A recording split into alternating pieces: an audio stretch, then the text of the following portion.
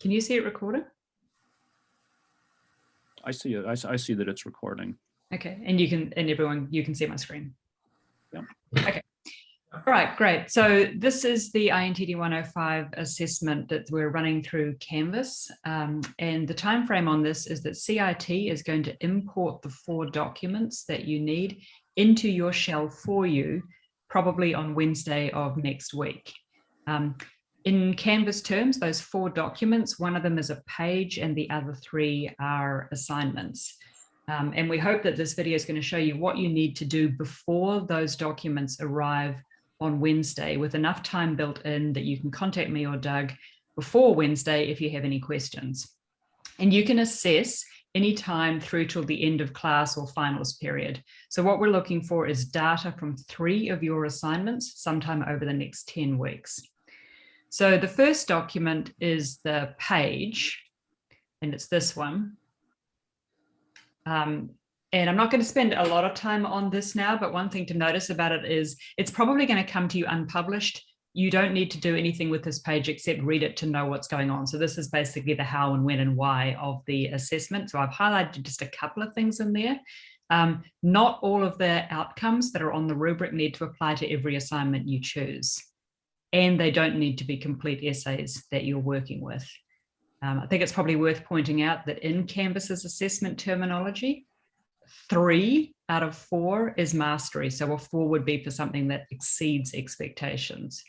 And then we really are very grateful for the work that you're doing here. Thanks.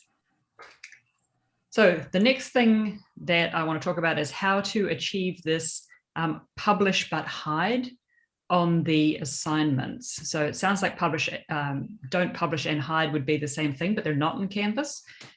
So that's what we want here, because we don't want the, particularly the assignments, but really none of these assessment documents to be visible to your students, just because they're obviously going to look at something called an assignment and think it's an assignment, and then they're going to worry about it, but it's not actually for them to do, it's for faculty to do. So we think the easiest way to go is to simply hide these documents from the students. If you don't hide them, then you just have to explain to students that no, these assignments are not assignments for them, and so on. So we're basically trying to make you not have to explain what it is that students are looking at. So I'm going to give you one way to hide, to publish and hide.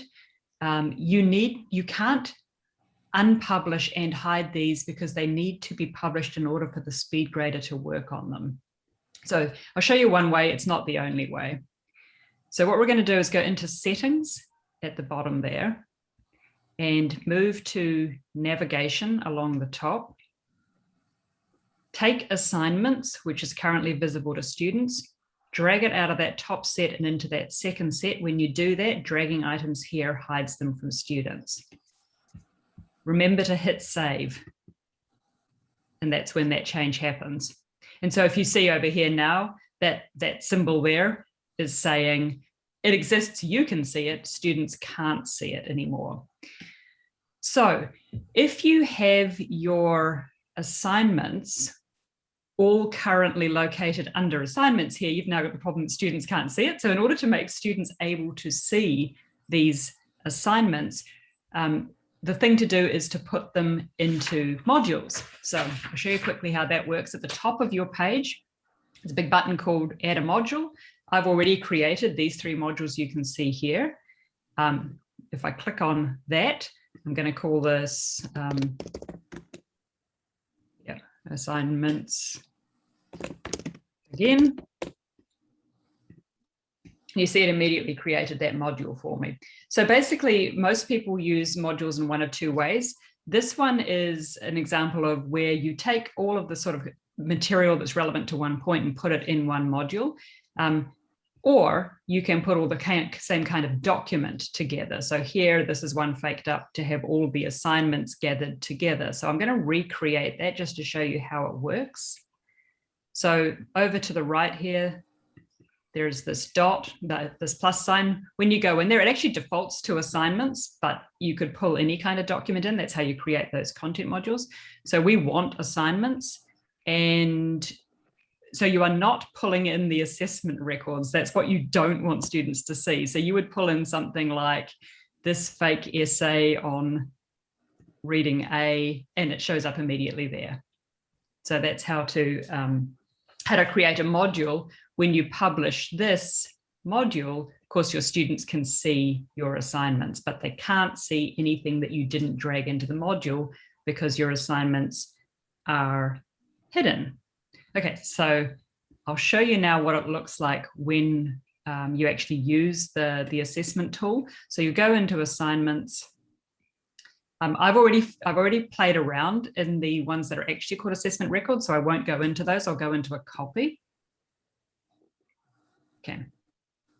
So this is where you can see the entire rubric in a reasonably visible form. There's a little bit more explanation there. But what you're going to do is go into Speed Grader over here in the top right. If you don't have the page published, you won't see Speed Grader. You can view the rubric again here. You can pull this bar so that you can actually see the whole thing. And I'm going to, so we would be grading Jenny in here. So in the assignment that you've just graded, the one you actually gave to your class, I'm going to have this document open. Jenny did a perfectly good job finding relevant evidence.